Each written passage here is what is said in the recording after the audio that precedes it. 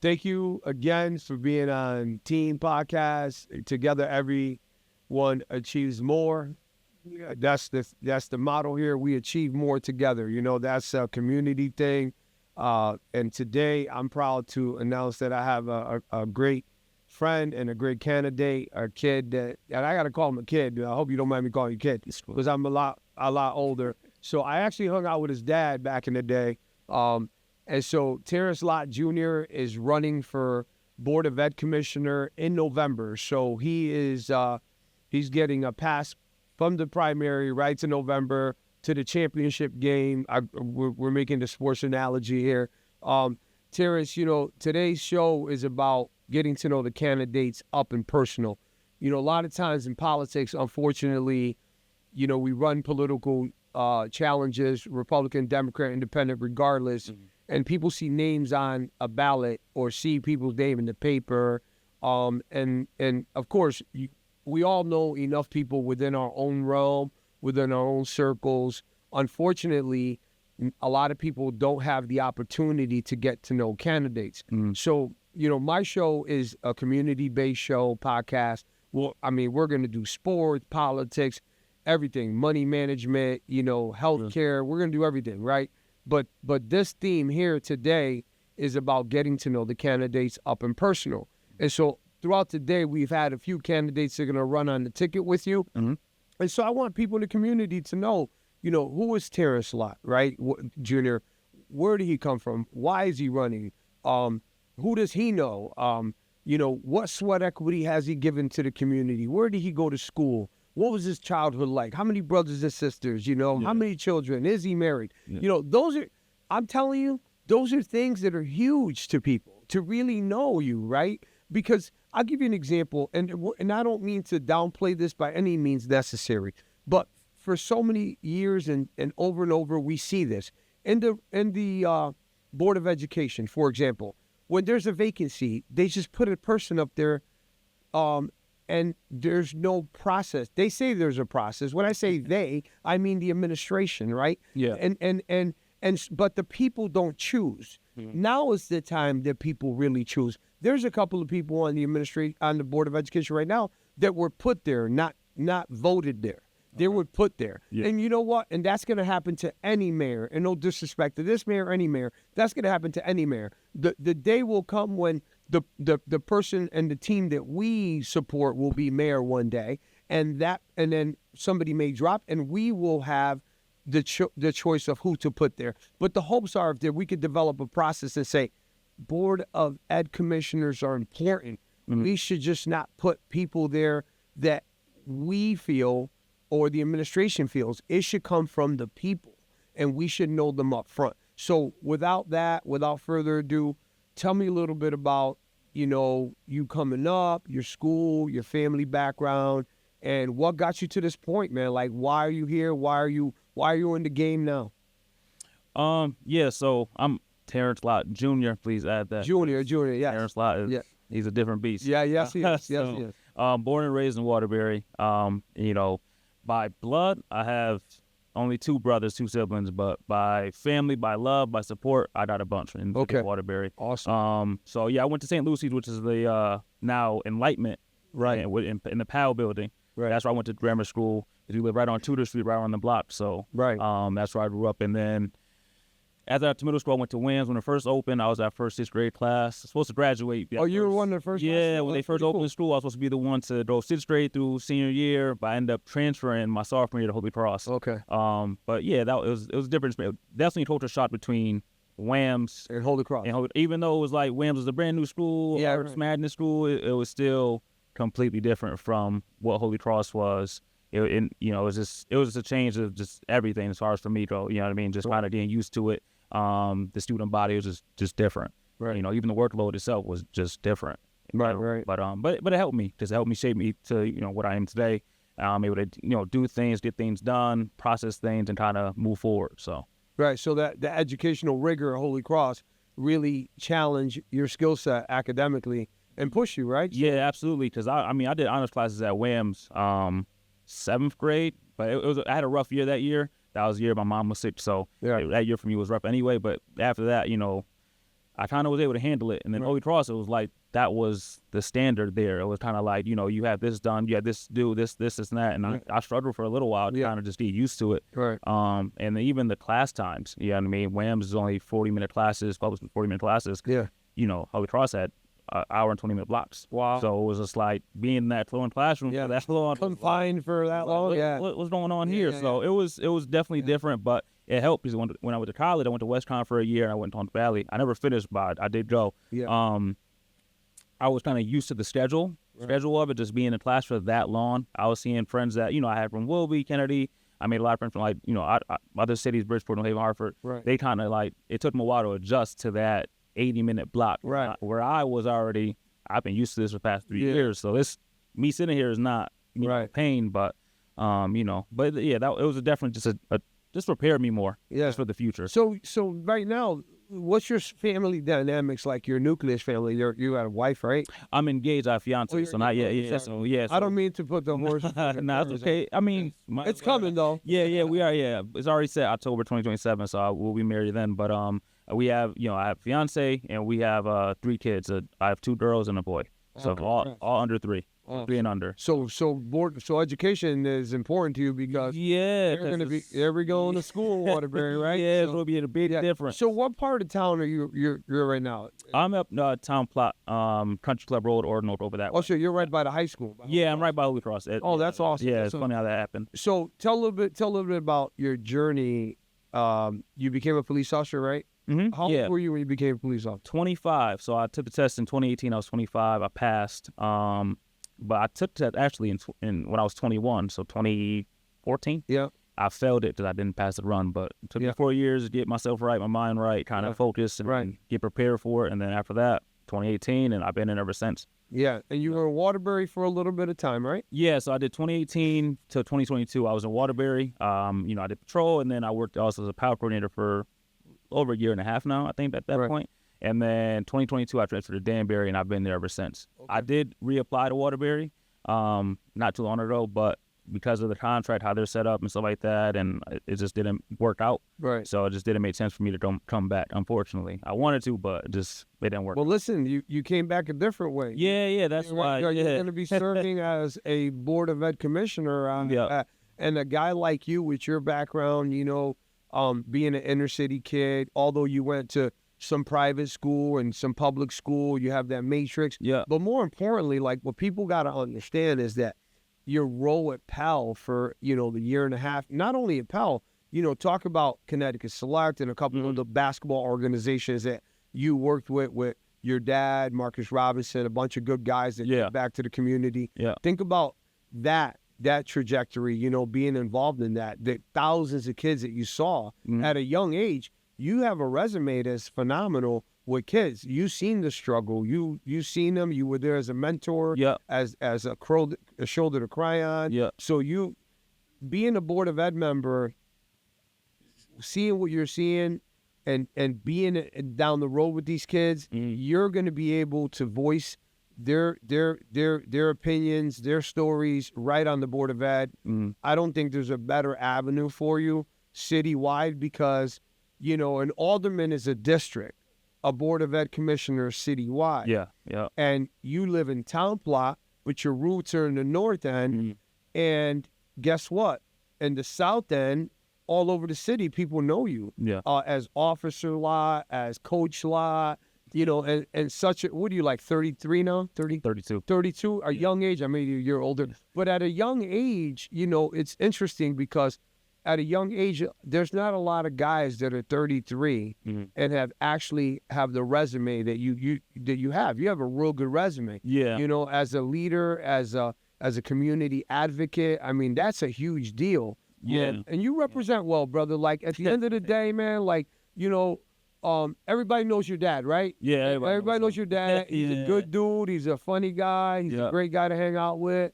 But you know, you're Terrence Lot Jr. Yeah. And you're bringing to the table something that's special to the Board of Ed.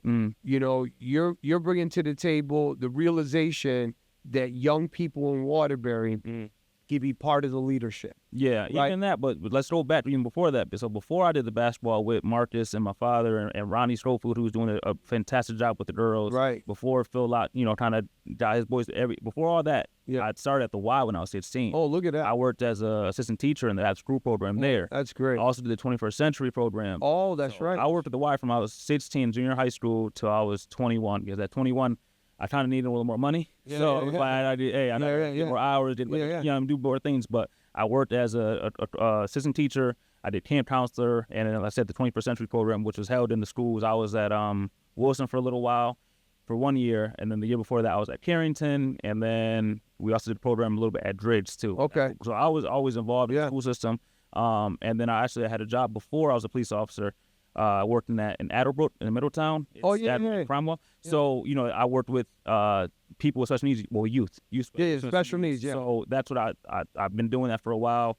And then before I was a police officer as well, when I was 23, I also worked in Willard Clinic, Northwest Village School. Oh, yeah. So it's something like Enlightenment, but it's statewide. So I had kids from Hartford, Waterbury, Torrington, Bristol, Southington, Plainville, just kind of around more the east side of Waterbury, I guess. East side of Connecticut, I'm sorry. So more the East Connecticut. I was in a classroom with high school juniors. Wow. It was about 15 to 17 kids in the classroom, and we were just, they had their battles. Most of them were kind of just, they had their own stuff going on, right? They had their own challenges. Yeah, their own challenges going on. But you had a mixed bag. Yeah. So you kind of had to learn how to help the teacher.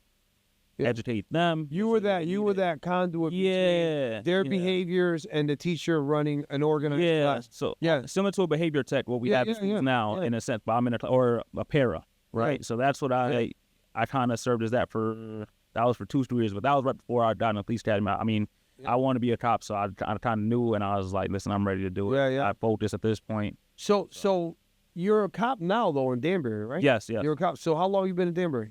3 years. 3 years. Yeah. So interesting. Your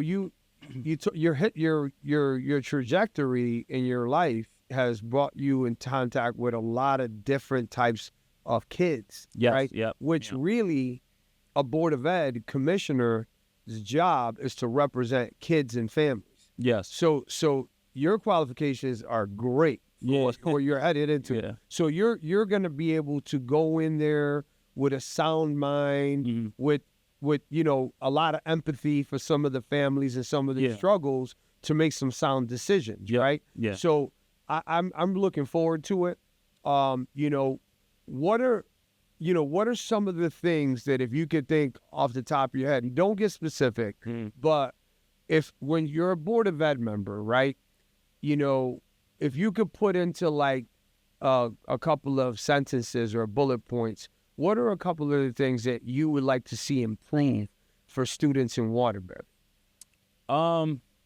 Just kind of knowing what they have available to them, right? There's a lot of kids that don't know the programs that exist in the city. They just know about this and that, whatever. If you don't need it, teachers don't tell you, you don't know. Right. Parents move here, they don't know. Oh, you have this, oh, you have that. This is this. No, like kind of be informative and let them know, hey, this is we have all these options available to you. You pay taxes for it. You're entitled to it. Right. If you want the services, please feel free to use them. Take advantage of it while we have it, because once they graduate, unfortunately, there's not really much that we can, as far as the Board of Ed goes, or Waterbury Public Schools. Once they graduate high school or graduate ed, wherever they're doing, they're out. They're kind of done with us, right? They kind of move on to the world, and they kind of have to figure it out on their own. Right. So that's the what I want to do is make sure they know this is available. So you want to build like an infrastructure that connects information to the community from the Board of Ed or the Education Department. Yeah. Interesting. So that's a big deal, by the way. That's a big deal. Information or the lack thereof information. Yeah, right? absolutely. Yeah. And I see it all the time. Me in my public service of 30 years, being supervisor of recreation and, 200 employees and families coming in, I could tell you that how many times people walk into the office and we're Parks and Rec and we're doing social services. We're referring people to programs because they don't know about it. Don't know. Yeah. And so I'm glad that you would be willing to take on that initiatives, and how do you build that bridge, right?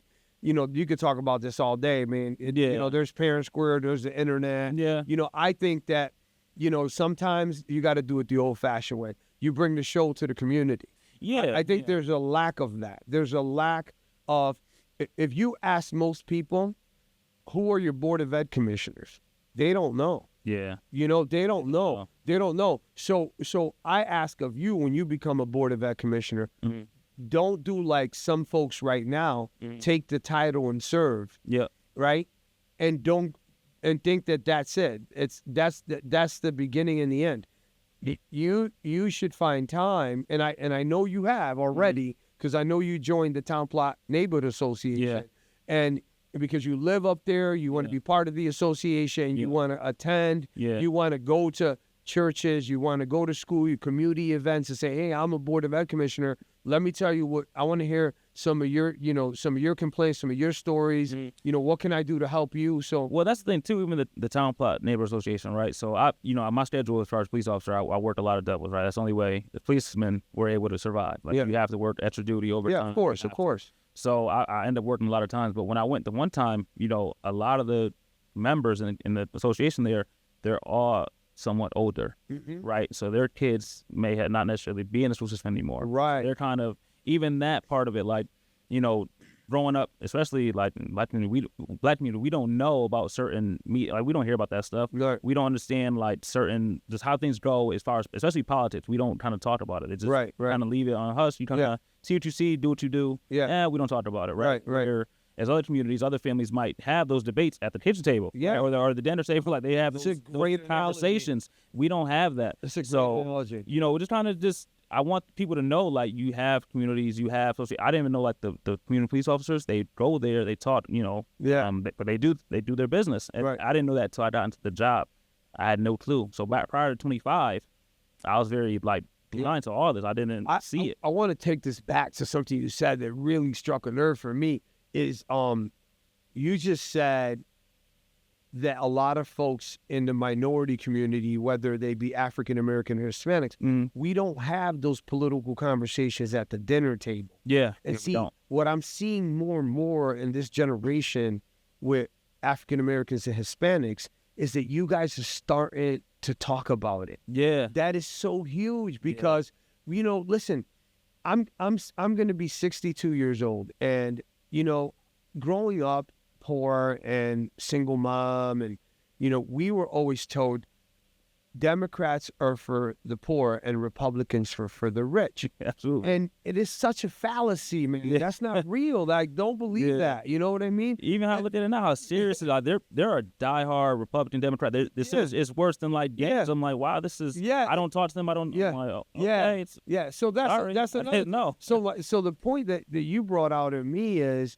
that, you know, I want the viewers to know, what I'm starting to see from guys like Cito and Adrian Sanchez, who's going to come on a little later. And Andrew Cusham. And Andrew Cusham, you guys that are young, that are in this. And, you know, Abigail's significantly young. She's 43. But at the end of the day, you guys are talking about this. And you got to pick a party, right? Yeah. But you got to ask yourself, you know, and people ask me all the time, you know, why is it that a lot of these guys went over to the Republican Party? And basically, a lot of people in Waterbury don't realize that if you go back, and I'm not telling you that this is because Vic Cuevas is saying it. Yeah. I'm saying it because go to the library or go on the internet and go over the last 40 years and look at who your mayor's been, look who chiefs of staff have been, look who has been in charge of different departments. Yeah. Chief of police, chief of fire, whatever. Listen, and we'll call it what it is. Go back and look at the history of Waterbury, and over the last 40 years, it has been controlled by a certain population of folks, you know, and this is not a pro-Black, pro-Hispanic, anti-Anglo-Saxon. I'm not talking about that. I'm not trying to be racist or reverse racist. I'm just being real. So the bottom line is that there's such a large Hispanic and African-American population, and very few African-Americans and Hispanic are allowed in the door in leadership roles. And then what happens is, you know, guys like you, guys like Adrian, guys like Andrew Cusham that are trying to come onto the scene, people are saying, wait, why are you guys with the Democrats? I mean, Republicans.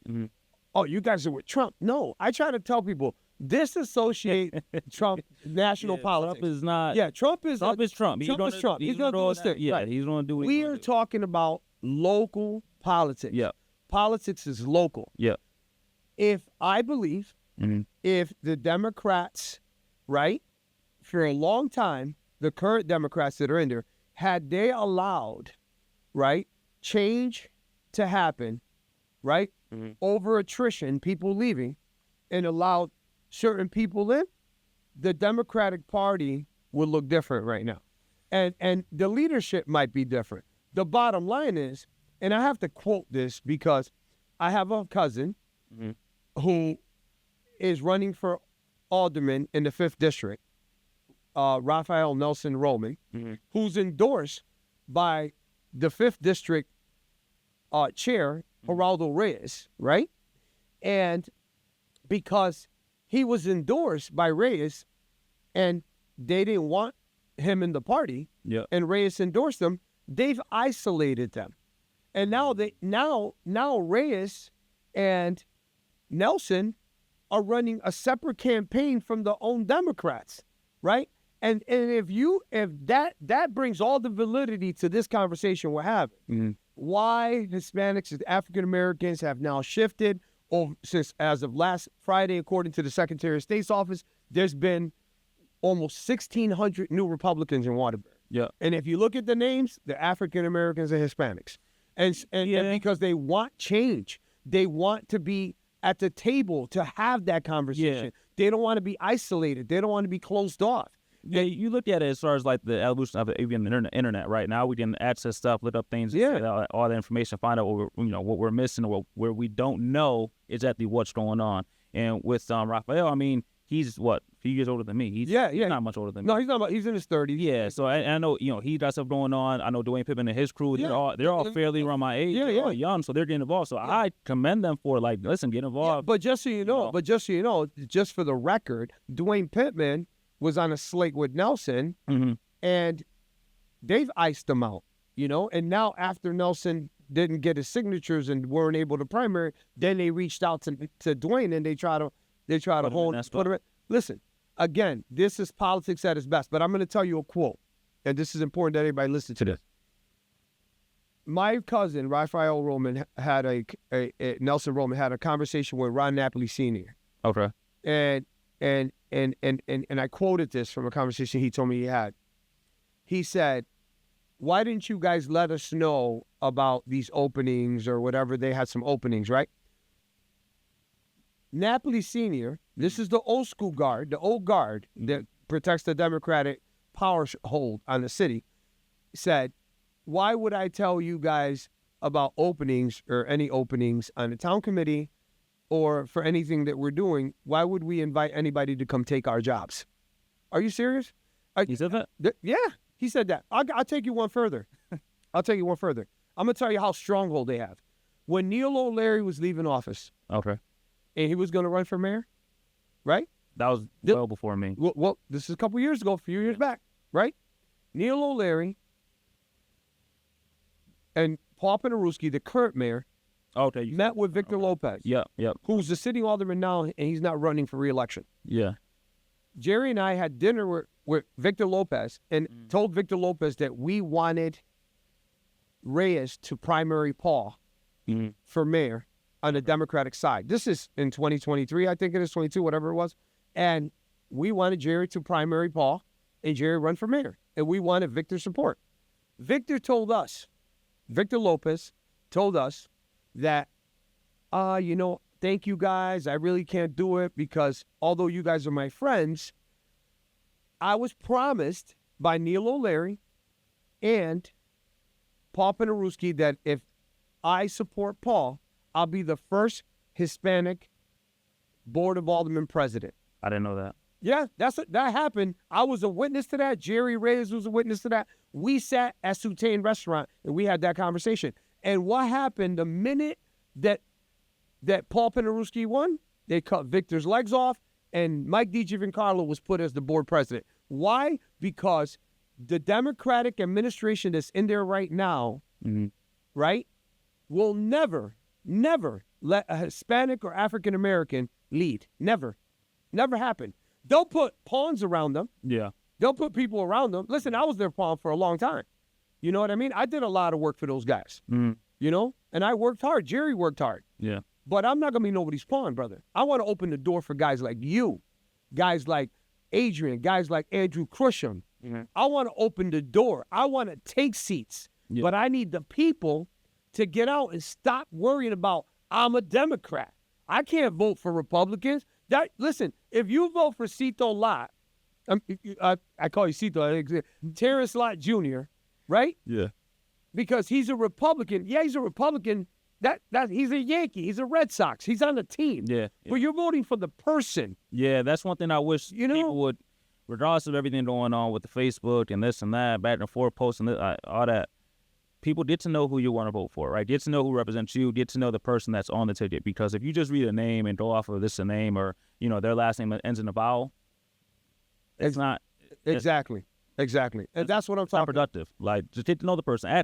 Don't listen to don't go on Facebook all the time. Hate what they say to art because it's a bunch of stuff up there right now. They can get crazy. Yeah, but take the time to ask people that know them, that they may know them, ask around, have the conversation. And it's okay to have that, right? If you see us somewhere, Adrian's been very vocal about, you see him, ask him a question, talk to him. Absolutely. Same deal with me. As long as, not with my kids, for the most part, like, talk to me and talk to me. Yeah. But, ask me questions or ask about me because I think I'm pretty well known in the city where people have somewhat of a good handle or grasp on the type of person I am. Yeah. Right. And ask questions. It doesn't bother me. Listen, you're going to do a great job, man. I just want you, I want the folks out there and to understand that this is not so much about party no more. This is about what's right? Like, we have a team, a good group of people that can lead, and we could do it with integrity, and we want to do it to build change because, and here's I have to put this out there.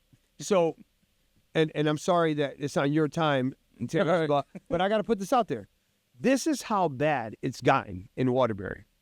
The former mayor goes to a fundraiser, right, to George Nugent, who's a non-endorsed candidate in the 4th District against Alan Leon and Ray Melendez. So we endorse Ray and Alan as endorsed candidates. And Ray is super cool. Ray's a good guy. But what I'm saying is the former Democratic mayor goes to the fundraisers for the Republican non-endorsed candidates, right? Yeah. Right? And that's okay in everybody's eye. But I want you to know, so everybody knows how the Democrats in Waterbury live on a one-way street. And it's all about they don't want to relinquish their power. Kenny Kern called Jerry Reyes and said to Jerry Reyes, isn't that lady Carmen Machado that's in front of the Republican headquarters in Victor's picture he posted on Facebook? Isn't she on your town committee in the Democratic side? What is she doing over there at Republican headquarters? Excuse me? That's Adrian Sanchez's mother, the grandmother. She's on the Democratic town committee with Jerry, but that's his grandmother. But here's the audacity of these people. Yeah. They're calling Jerry to complain about somebody's grandmother who was at a Republican grand opening for her grandson. Yeah. But you guys ain't saying anything about Neil O'Leary, your party leader, being at a Republican fundraiser that's non-endorsed. And if you go online, we posted pictures. He got a Republican sign in front of his house. I mean, come on. Those are desperate times. People are getting desperate. They see the train coming, brother. Yeah, they see it coming, and this train is coming full steam because we are going to fight that fight. Yeah, it's getting wild. I wish it was more just kind of like getting to know people, and then I know like a few people on our side or our team had expressed like wanted to do debates and kind of just get out there and kind of see positive what their take is, right? Yeah. It's going to be right or wrong, but you want to see who's on the line. Yeah, absolutely. You got to be selfish when you're voting. You're trying to want to see who do I feel is going to do the best job to represent me, right? And then you look at who's going to do the best job to represent my family and then my community. You're kind of being, because you're in that poll, you're alone. So you got to check the boxes. I tell a lot of folks, even like, because I have people that know me are Democrats that approach me, hey, I'm going to vote for you in November. I'm like, hey, people like, listen, if you got to, curse him, like, before leading up to keep your job or to keep whatever you got going on, you want to keep, I don't mind it is what it is. But when you're in that poll alone, it's just you. Yeah. Take your time, made the right decision, decide what you want to do. I haven't been to the library. I haven't seen 40 years in the past. I haven't lived that far. I'm telling you. I'm kind of new to once I turn 25, I done the job, I try to change, but I can't go back that far. But as far as moving forward now, looking at everybody now, and talking to everyone now, all the Democrats, Republicans, unaffiliated, whatever you are, right? When you get in that poll, you're alone. November 4th. You're alone. Yes. You're by yourself. No one can see what you're doing. Right. You can MF me all you want. Yeah. That's your family. I don't care. Yeah. It's fine.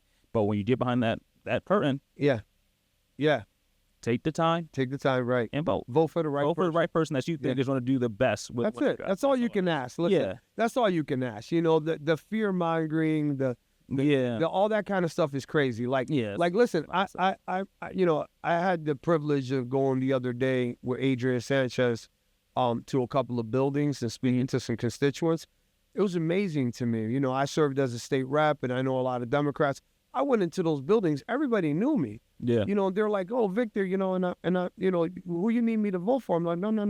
Yeah. It's not who I need you to vote for. Yeah. What I need you to do is I need you to get to know this guy. Yeah. And ask him any question you want, and then you decide. Yeah. You know what I mean? It's the best thing in the world. It's like you got pick what kind of car you want. Yeah. Pick which one you want a lot. Pick whatever one you want. You just pick it. So take your time, look at it, see what's going on, and then all right, that's what I'm gonna go with. Listen, man, Terrence, it's been a pleasure, man. I really look forward to seeing this movie. This is a movie for me. I'm sitting back watching this whole thing to see guys like you, guys like Adrian, Andrew, Ray Melendez, Alan, Kelly Zimmerman, Abigail, Mike Grasso, Jameson Stock. Yeah, everybody's good. All the people. Everybody's good people that I've seen. Good, young, energetic. And even on the side, I've seen good people. It's good people. But just on both sides. Just know who you line up with. Exactly, man. Well, listen, man. November 4th. November 4th. Yes, please get out, vote. Yep. Take your time. Yep. Gather information. Talk to your friends, your family, and vote. And vote. Just get out and vote. Vote. Get out and vote, man. Well, listen, Terrence, again, thank you, man. You're going to do a great job. We're going to have you back after the victory lap, right? Yeah. After I win. Team podcast, brother. All right. Together, everyone, we can achieve it all, brother. You know what I mean? Yep. Okay? So thank you very much, man.